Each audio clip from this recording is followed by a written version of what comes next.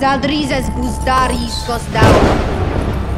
before I jump into the contents of this video, anything you think I didn't mention, because this is much shorter than my normal episode breakdowns, check out my live stream that I did last night. That one was 2 hours long, and I cover everything that happened in the episode in that live stream. So that's why, one, this video is shorter, and two, I'm mentioning this right now because I'm pretty sure there's some stuff that I didn't talk about in this video that people want my opinion on, and that's going to be found in the live stream. Link down below in the description if you want to go watch that. Okay, so historically, episode 9 for Game of Thrones was always the craziest, most insane episode. So in season 1, episode 9, Ned Stark died. And then in season 2 of Game of Thrones, we had the Battle of Blackwater in episode 9. And then my favorite, episode 9 ever, in Game of Thrones season 3, we had the Reigns of Castamere. Now, in House of the Dragon episode 9, we had something that broke canon and kind of sent the internet through an uproar. I'm, of course, referring to the beast beneath the boards that is Rhaenys. Rhaenys kind of pulled a bit of a Daenerys in season 8 and murdered a bunch of innocent people to kind of prove a point. But the one group of people she should have actually killed, she didn't. So in this video, I'm going to break down several different things that you may or may not have noticed in House of the Dragon Season 1, Episode 9. Now, before I jump into any of that, please do me a massive favor if you enjoy my content by slapping a like on this video. The like goal is going to be 420. And then also, if you enjoy my content and you've already slapped a like on it, make sure you subscribe and turn your notifications all the way on. So that way you'll get an alert for the up-and-coming long nights, or the wait for House of the Dragon Season 2, which will not be coming out until 2024 at the earliest. So for the next year, if you enjoy my content now, it's just going to get better and better, because I'm going to pretty much keep a similar upload schedule throughout the wait for House of the Dragon Season 2, or the Jon Snow show, or what I'm most excited for, Winds of Winter. The wait for that here on this channel is known as the long night. And if you don't believe me about the whole uploading thing, well, when Game of Thrones Season 8 went off, I never stopped uploading and uploaded consistently for 2 years, no show, 3 to 4 videos a week. Thank you for subscribing and thank you for watching. Also, consider checking out my Patreon if you want to take it a step further. A lot of my live streams, a lot of my videos get demonetized here on YouTube. It's part of this long-lasting shadow ban that was put on a lot of the Game of Thrones Season 8 channels from the backlash and all that stuff. So basically, my Patreon is a source or a platform where you can get an unadulterated version of my podcast. Whatever gets uploaded there will never see the light of YouTube, so you can join for as little as a couple of bucks, and that's something that, you know, is there for anybody who wants some extra content. But like I said, thank you for watching, and thank you for subscribing, and thank you for liking if you've done that. Okay, so let's talk about the elephant in the room, or the dragon in the room, so to speak. Aegon was crowned. Aegon was crowned by Criston Cole, canon. Aegon was kind of wearing a greenish black suit, not necessarily canon. A lot of the Targaryens did wear black, but Aegon traditionally, you know, he had the banner behind him, which is really cool. He had the golden dragon on the black field. That's the banner that he has, right? The crown was big and bulky. It's very clear that Aegon is a young man, and Aegon the Conqueror, when that crown was made, was a grown man. And, you know, a crown should really never sit comfortably on a king's head, just like how a king should never sit comfortably in a throne. It just, you know, makes you unaware of the burden that you carry if you're comfortable all the time. Aegon the Conqueror thought this, and so does Daenerys. Daenerys thinks this in A Dance with Dragons. She realizes that she has to sit all day and sort of deliberate and, you know, play politician as Queen of Meereen, and she mentions how, you know, a queen should never sit comfortably. The episode would have had no backlash at all if it ended with Aegon being crowned and raising his sword and realizing, oh crap, this is serious. I never wanted this, but I didn't realize what it meant. I thought it meant all of this responsibility and duty, but ultimately Aegon too realizes that now that he's wearing this crown and holding this sword, they have to respect him, which is something that he's always wanted. He's always died for the admiration of his mother. He says, Mom, do you like me? He's like, Viserys, you know, my dad never made me king for 20 years, and it's because he didn't like me. This dude is like, you know, he's a bit of an emo rapey king, but like it kind of everything about his role and who he's going to turn into. This was episode 9 perfectly set that up for the average show watcher who may not have read Fire and Blood, right? So if the episode had ended right there and maybe we just got a shot of Melees flying off in the distance to go and warn the Blacks, would have been perfect. But they broke canon. Rhaenys was not supposed to be in King's Landing. She's on Driftmark. When the war breaks out, it's, you know, sort of crucial. Rhaenyra is able to gather all of her pieces because the Greens have had a weak advantage. So Rhaenys is on Driftmark and then flies over to Dragonstone. And then we have the Black Council. Rhaenys is a part of that, right? She's wearing her bronze-scaled armor. Now, she's going to still be there, but because they decided to break canon and keep Rhaenys in King's Landing because they did the Vaemon Velaryon plot last episode, because they did that, they had to come up with a creative way to get her out of the city. So the writers intentionally or unintentionally sort of wrote themselves into a corner, and it created this massive spectacle scene. Now, here's the thing. It looked amazing. The way that the smoke is just sort of fading off of Rhaenys' face, and then it's revealed like, oh, this is who it is. This is Meleys and Rhaenys, right? That was stunning, right? It was also really cool how calm Rhaenys was on top of Meleys' saddle, even though Meleys is, you know, killing innocent people and destroying the dragon pit, and she just broke up through the ceiling kind of thing. And like the situation is intense because the doors are closing, right? But let me backtrack a bit. It was amazing to watch, but in breaking canon, you kind of forgot the rules that the show set up. Innocent people shouldn't be murdered. Like Rhaenys channeled Daenerys in Game of Thrones Season 8.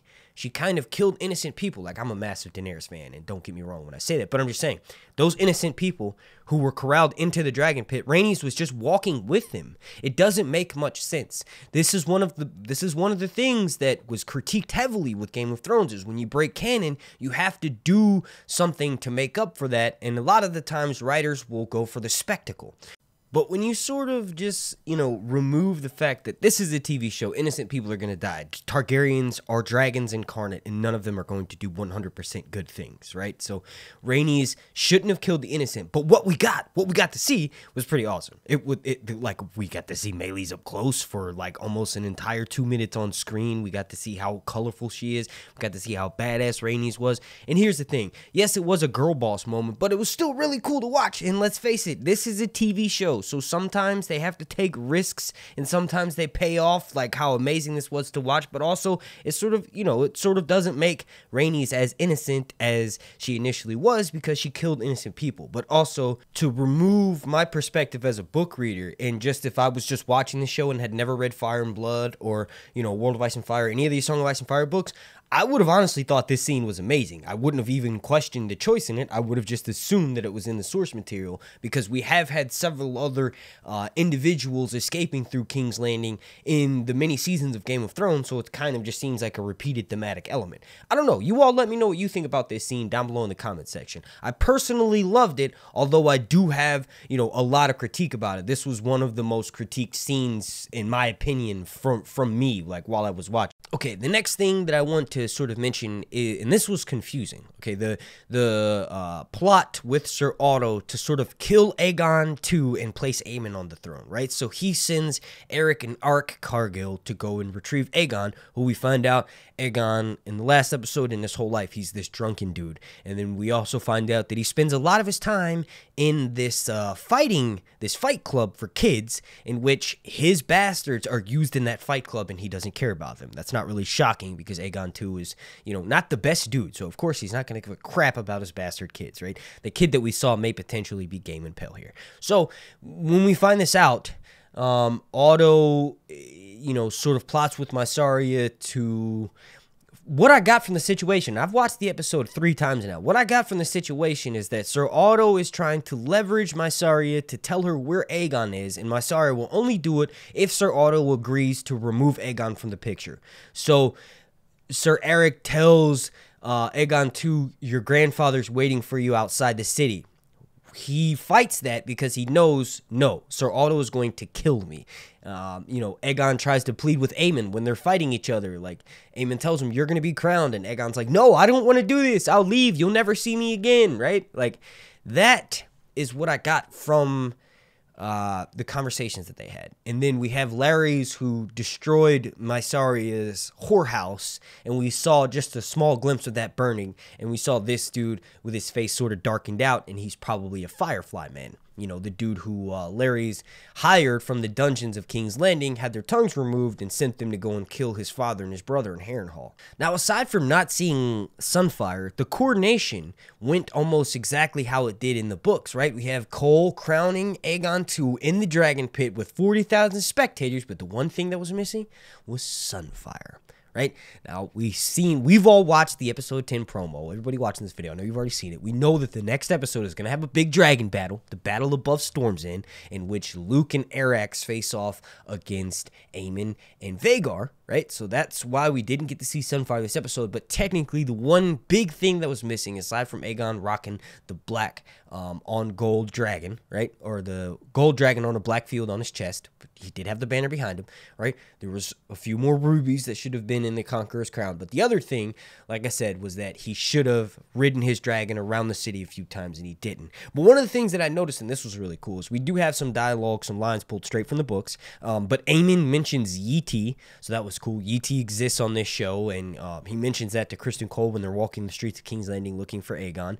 The fight scene that Aemon and Cole have with the two Cargill twins was awesome. I actually got to see footage of that, and anybody that was watching my videos last summer got to see footage of them filming that outside, and it looked really cool because that was the first time we got to see Aemon as Ewan Mitchell fighting, and it was dope. Now, two things that were really subtle that you may or may not have missed. The first one is that when Alicent asks Cole to go and retrieve Aegon, to, you know, have him crowned, and Aemon goes with him, she says, do it for the love of me sort of situation. And it's kind of insinuating that Cole has an obsession with Alicent. And then along the same vein of things, we also have when Cole took Aemon to the Street of Silk, and Aemon mentions how Aegon took him there when he was 13, and Aegon wanted Aemon to know everything he did about women, right?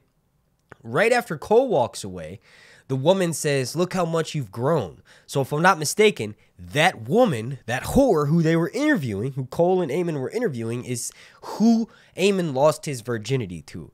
And the fact that he's no longer interested in her, and he sort of has this attitude of like, I don't really need pussy right now, lets me know that it's going to be awesome when he finally does get some from Alice Rivers. She locks him down. He doesn't want to leave her side at all. And this is setting that up perfectly. It's like he thinks he's too good to get some ass, but then eventually when he does, he turns into this pee-whipped little boy. You know what I mean? It's hilarious. I mean, the other elephant in the room, the elephant's foot, so to speak, is the fact that Alicent allows Larrys to jerk off while looking at her perfectly clean feet. Now, obviously, the show's probably going to get some backlash for that, but I thought it was hilarious. I literally could not believe what I was watching when it was coming on the screen.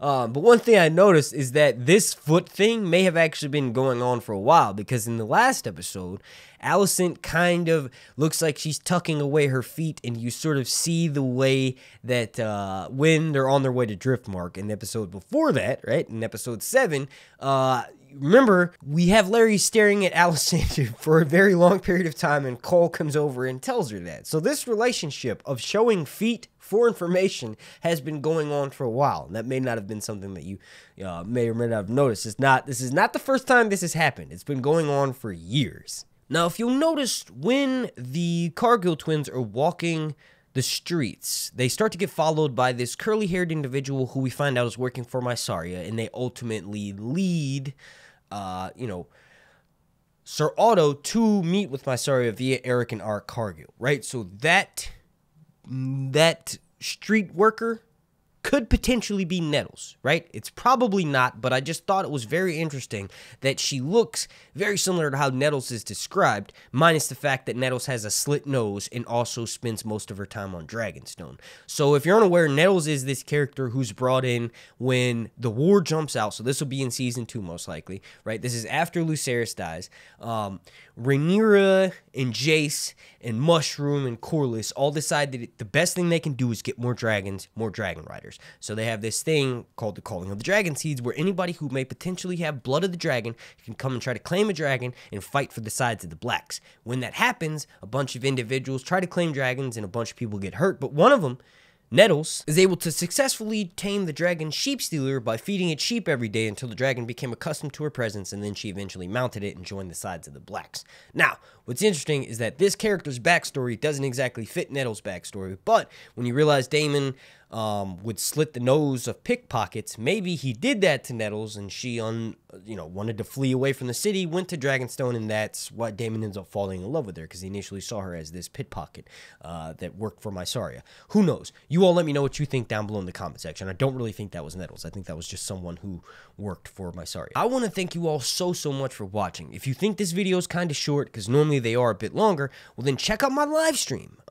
I've did 2 hours on this episode last night, and anything I didn't mention in this video was mentioned in depth there. It's linked down below in the description.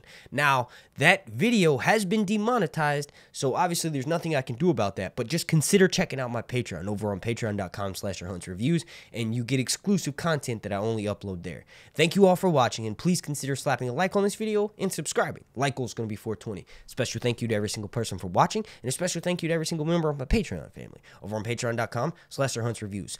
Natin Zaltrizas Pustari Ixos Daor. Episode 10 looks crazy, and the finale's coming up, so please make sure you're subscribed so that you have guaranteed entertainment throughout the wait for season 2, or as it's known on this channel, The Long Night.